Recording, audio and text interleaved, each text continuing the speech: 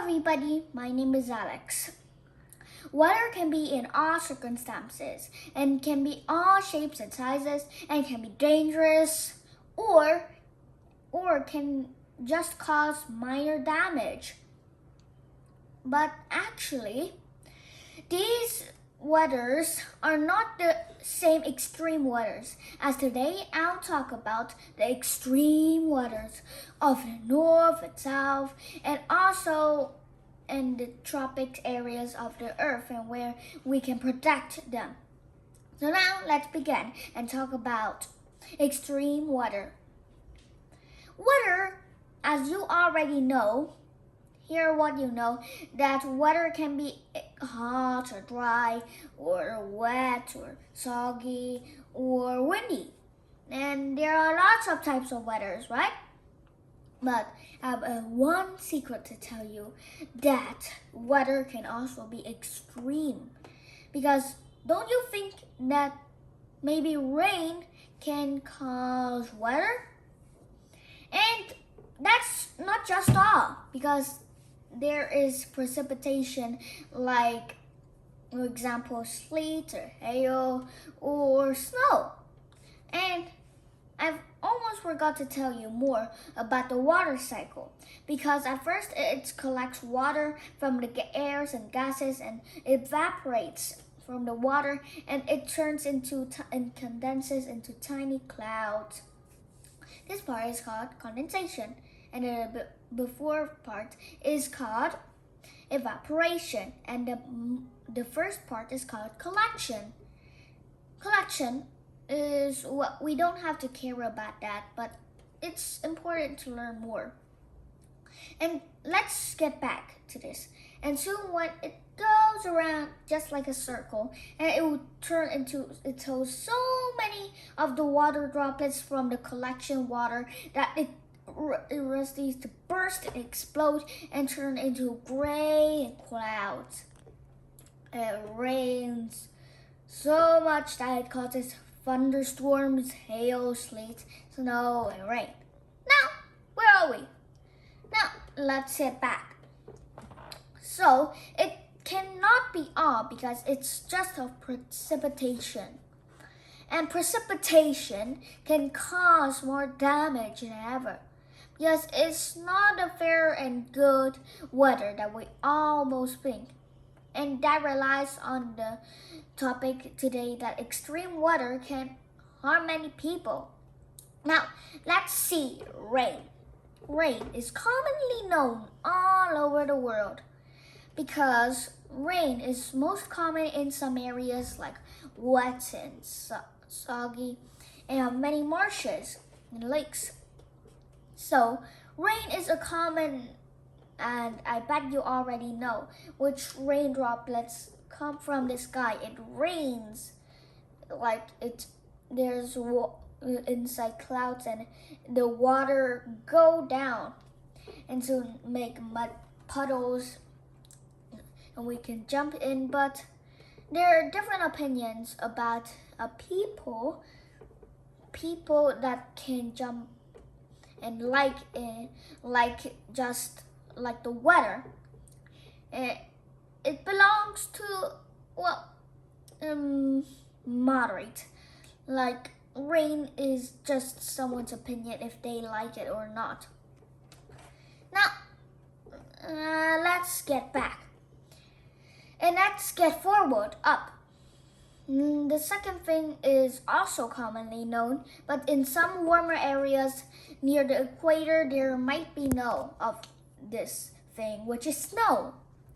Snow is a type of precipitation. Maybe that can come from all over sizes, shapes, but maybe it can be covering snowflakes. Hey, wait a minute, let's talk about snowflakes.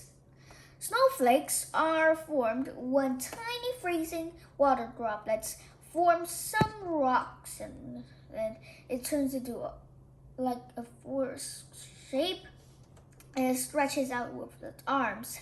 And also I need to remind this to you, every single snowflake in the world have to be unique and different from each other too.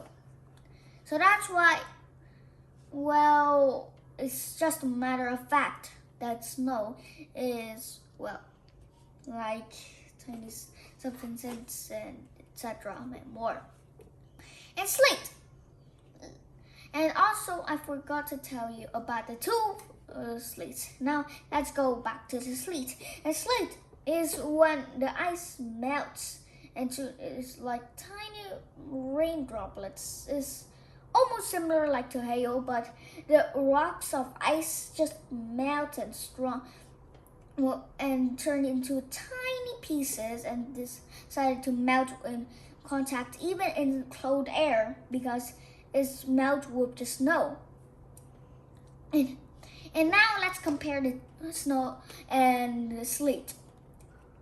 Snow is both snow and sleet, well, cannot be in hot air will melt completely. In warm air will melt completely too. In cold air, snow will just freely get to the ground, and maybe some snowflakes will get there and melt off the water from the snowflakes to the snow. And that's why it's easier for snow. But sleet, on the other hand, when it contacts to cold air, it still remains there, but when it turns into the land, it takes tiny pieces, and soon it may melt in the more hot air and in the medium air, because sleet is not commonly known in some areas. And also hail, because hail is more dangerous than all of those three types of precipitation. Because, well, hail is, on the other hand, is super dangerous. You have to go inside houses, and when you can destroy all of the entire, like they can destroy balconies and like bend steel and concrete, and now crashes into windows and break them. If you're in a car, then you're unlucky because the hail might get into your window and crash it. Because more and more cars and deaths of people inside cars and vehicles are recorded each year from hail. So that's why hail is very dangerous. And you have to stay into the house until the blizzard don't come. All these snow, sleet, and hail can create blizzards. Blizzards are extreme weather, more like very extreme, so extreme, like for example, what you have to wait for several hours, even days, or even weeks, or even longer. Do you know that in 1888, there is the Great White Hurricanes, and the blizzard that wiped across North America in US and destroyed many cities like New York and Boston and more. That maybe scientists thought that it came from the Canada, some range of mountains, and it delivers back into the Atlantic Ocean where it's freezing cold there inside these cities. And maybe, well, it's all about how weather can destroy. But here's another question for you to think about. Be critical to think. Because why can people just, well, know that it's ready to rain? One type is that I know because the ozone smell can attract people, and if people are not so clever, they can go read it outside a book and say, "Oh no, it's raining." And another circumstance that rain is there, people know that is because of rain that gets down. They might feel the small droplets of rain from their head and their body. from the ground, and that is the small shower, and they can see the clouds that are gray, and that gets the idea that people can know not just the basic parts, that people can go to weather app and see what it's like in New York or London. Well, we just have to make our critical thinkings about the extreme weathers, and be critical to think about, and be good luck about when extreme weathers happens. Good luck, because you might find it hard and difficult to get out and play inside playgrounds and parks. I'm joking, because, well, precipitation and extreme weather can come from all types. You want to see? Because in my country, it's near the equator, and Earth has a lot of other places, the freezing cold, the hot equators, and just wanted to remind you that every single habit that people are living in can have different types of weather. Like here is hot in New York and cold in China, and 40 degrees latitude and 39 to 41 degrees latitude. Yeah, and that can cause all types of weather that we want.